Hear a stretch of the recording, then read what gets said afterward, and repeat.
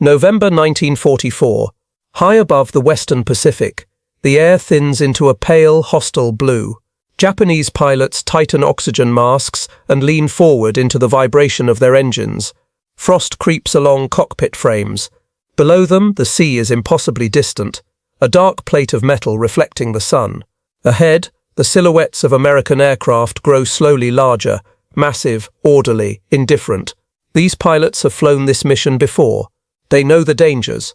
They know the sound of flak rising from below, the delayed thunder of bursts that bloom where gunners believe an aircraft will be. They know how to weave, how to adjust altitude, how to ride the thin margin between probability and survival. Then the sky explodes differently. But what bursts detonate not behind them, not ahead of them, but beside them, close enough to tear metal, to smash control surfaces, to shatter canopies with shock alone. Aircraft shudder violently. Wings shear. Planes fall without ever being struck directly. Pilots glance instinctively for tracers, for muzzle flashes, for some visible logic. There is none. The flak has learned how to think.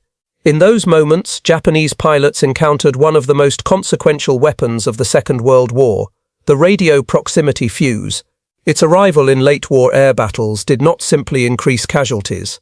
It shattered expectations, rewrote survival instincts, and revealed a technological gulf that could no longer be bridged. For most of the war, anti-aircraft fire relied on prediction. Gunners estimated speed, altitude, and direction. Shells were timed mechanically to explode at calculated points in space. Against fast maneuvering aircraft, this was an imperfect art. Vast quantities of ammunition were fired for limited effect. Near misses were common. Direct hits were rare. Pilots learned to read flak patterns the way sailors read waves. This fragile balance endured until 1944. The proximity fuse replaced estimation with automation. Inside each shell was a miniature radio transmitter and receiver. As the shell approached an aircraft, reflected radio waves triggered detonation automatically. Distance, not contact, became lethal.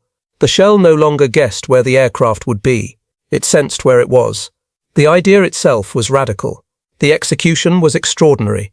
Developed through a vast Allied scientific effort involving American, British, and Canadian researchers, the proximity fuse represented the fusion of physics, electronics, and mass production. It had to survive enormous acceleration when fired, operate reliably in extreme temperatures, and detonate at precisely the right moment. Millions were produced with astonishing consistency. For Japanese pilots, its effect was immediate and deeply unsettling. Flak fields that had once been survivable became deadly zones. Aircraft were damaged or destroyed without warning. Traditional evasive maneuvers lost effectiveness. Skill could no longer reliably overcome probability, because probability itself had been engineered against them. Reports from Japanese air units described anti-aircraft fire that detonated as if guided.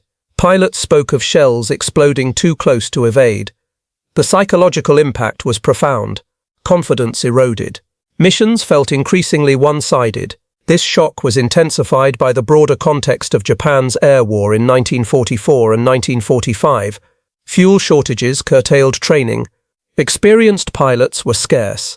Aircraft quality declined as materials grew scarce. Against these pressures, the proximity fuse arrived not as a single weapon, but as a force multiplier, amplifying every American gun it touched. American commanders understood the weapon's value and guarded it closely. Early in the war, use was restricted, particularly over land, to prevent unexploded shells from falling into enemy hands. Only when air superiority was secure did the Allies deploy proximity fuses widely against aircraft. When they did, the results were devastating. Naval engagements offered the first clear demonstration. Against kamikaze attacks, proximity-fused shells transformed ship defense. Low-flying aircraft could be destroyed by near misses alone.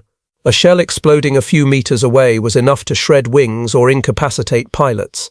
The requirement for perfect aim vanished. Defensive fire became brutally efficient. For Japanese pilots assigned to these attacks, the change was unmistakable. Approaches that once relied on speed and surprise now ran into invisible barriers of destruction. Aircraft disintegrated mid-run. Pilots were killed without ever reaching weapon release range. The recurring symbol of this transformation was the mid-air burst. sudden, precise, and merciless. Each detonation marked the moment where human judgment gave way to machine reaction. It was the sound of automation asserting dominance over instinct. Japanese intelligence efforts struggled to understand the phenomenon. Initial explanations pointed to improved American gunnery or sheer volume of fire. Only gradually did reports identify a new type of fuse. By the time the technology was understood in principle, replicating it was impossible. Japan lacked the industrial base, electronic miniaturization, and material supply required to mass-produce such devices. The proximity fuse thus became a symbol of American abundance. Each shell contained not just explosives, but an entire system, power source, circuitry, antenna, manufactured by a society capable of coordinating science and industry at scale. It represented a way of war that extended far beyond the battlefield. For Japanese pilots, encountering this weapon forced a painful realization. The air war was no longer a contest between aviators alone. It was a contest between systems, between national capacities to innovate, produce and integrate technology faster than the enemy could respond. By 1945, this realization was unavoidable.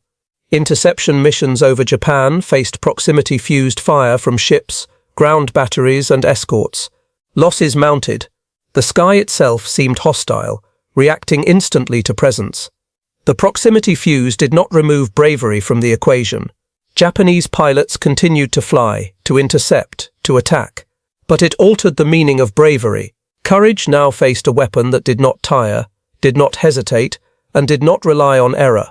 In the final months of the war, as cities burned and air defenses strained, the lesson crystallized. The future of warfare belonged to those who could embed intelligence into weapons, to those who could make machines sense, decide and act faster than humans alone. For the Japanese pilots who faced it, the shock of the proximity fuse lingered long after the battles ended. It marked the moment when the sky ceased to be governed by human prediction and became governed by invisible thresholds. The air war had crossed a line, and once crossed, it could never go back. The realization that proximity-fused fire had fundamentally altered the balance of the air war did not remain confined to the cockpit. It spread through Japanese air units, command staffs, and training schools as losses mounted and explanations failed. What pilots experienced viscerally in the sky became, over time, an institutional awareness. Something essential had changed, and there was no effective counter. Before the appearance of the proximity fuse, Japanese air doctrine still rested on assumptions formed earlier in the war. Anti-aircraft fire was dangerous, but survivable. It was something to be studied, anticipated, and mitigated through skill. Pilots learned how to read bursts, how to time climbs and dives, how to pass through flak zones with calculated risk. Survival depended on experience and nerve. The proximity fuse erased that logic. It collapsed the space between danger and destruction. There was no longer a safe distance from a shell, only a lethal radius that could not be seen or predicted. The sky became a field of invisible traps. As reports filtered back, Japanese commanders struggled to adapt tactics that could restore balance. Flying higher offered little protection. Flying lower invited radar-guided fire and fighter interception. Tight formations increased vulnerability. Dispersed formations reduced mutual support. Every adjustment seemed to trade one danger for another. This sense of constraint weighed heavily on pilots. Missions that had once carried an element of agency now felt predetermined. Losses appeared arbitrary. Aircraft were damaged without warning, destroyed without direct hits, crews killed by shockwaves alone. The psychological toll was severe. Confidence in skill, so central to pilot identity, was undermined. The contrast with American air defenses was stark. Proximity fuses allowed US gunners to engage effectively under conditions that would previously have rendered fire ineffective. High altitude, poor visibility, fast approach speeds. Human error mattered less. The system compensated. This was the deeper meaning of the weapon. It was not just more lethal, it was more forgiving. It allowed average crews to achieve extraordinary results. It transformed air defense from an art into a process.